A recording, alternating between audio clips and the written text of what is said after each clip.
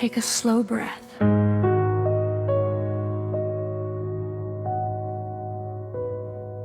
Today, on this 5th day of Lent, we reflect on fasting.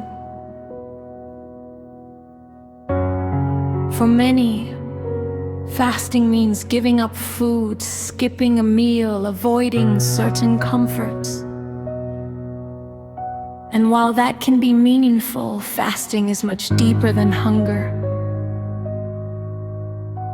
Fasting is about making space.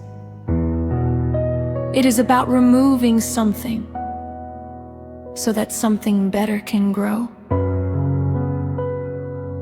When we fast, we create room for God. Throughout Scripture, fasting was never just physical, it was spiritual preparation. Even Jesus Christ spent 40 days fasting in the wilderness, not to impress anyone, not to prove strength, but to prepare his heart for what was ahead.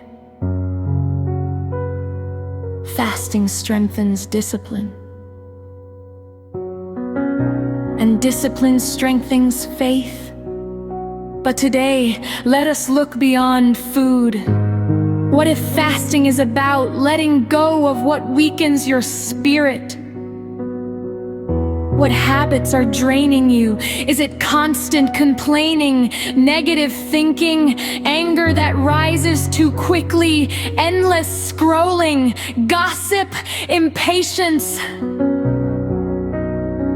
Sometimes the things we consume are not just meals, but words, distractions, and attitudes. Fasting invites us to examine what we allow into our hearts. If something steals your peace, perhaps it is time to fast from it. If something fuels comparison or insecurity, perhaps it is time to fast from it. If something encourages pride or resentment, perhaps it is time to release it. Fasting is not punishment.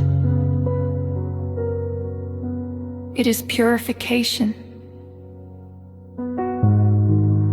When we remove unhealthy patterns, clarity returns.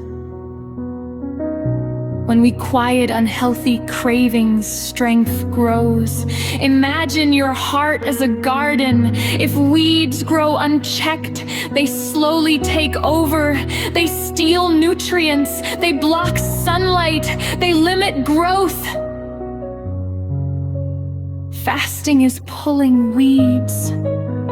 It may take effort. It may feel uncomfortable. But afterward, the garden can breathe again. Today, ask yourself honestly, what is one habit that weakens my spiritual life? Not someone else's habit, yours. Perhaps it is speaking harshly. Perhaps it is overthinking. Perhaps it is holding on to resentment.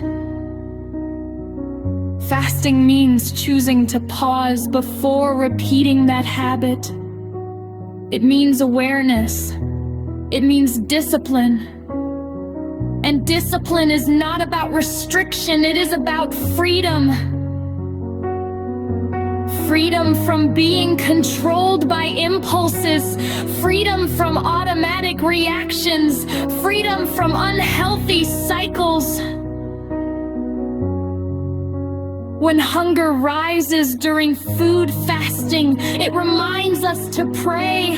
In the same way, when the urge to return to an old habit rises, let it remind you to turn to God. Every temptation becomes an invitation to choose differently, an invitation to grow stronger. Lent is not about showing others your sacrifice. It is about quiet transformation. No one may see your effort, No one may know your struggle, but God sees and growth is happening. Maybe fasting today means fasting from negativity, choosing gratitude instead of complaint. Maybe it means fasting from judgment, choosing compassion instead of criticism. Maybe it means fasting from noise, choosing stillness instead of distraction. Small choices shape the heart, and 40 days of small choices create lasting change. Fasting also teaches dependence. When we give up comfort, we recognize how much we rely on it. When we remove distraction, we realize how restless we have become. But in that awareness, we rediscover God. We learn that true satisfaction does not come from constant consumption. It comes from connection. Connection with God. Connection with purpose. Connection with truth. If you struggle today, remember, growth often feels uncomfortable. Muscles grow through resistance. Character grows through discipline. Faith grows through surrender. You do not need to fast perfectly. You need to fast sincerely. If you fail, begin again. If you stumble, restart. The point is not perfection. The point is progress. Today, choose one intentional fast. Name it. Commit to it. And when the urge returns, whisper, "Lord, strengthen me."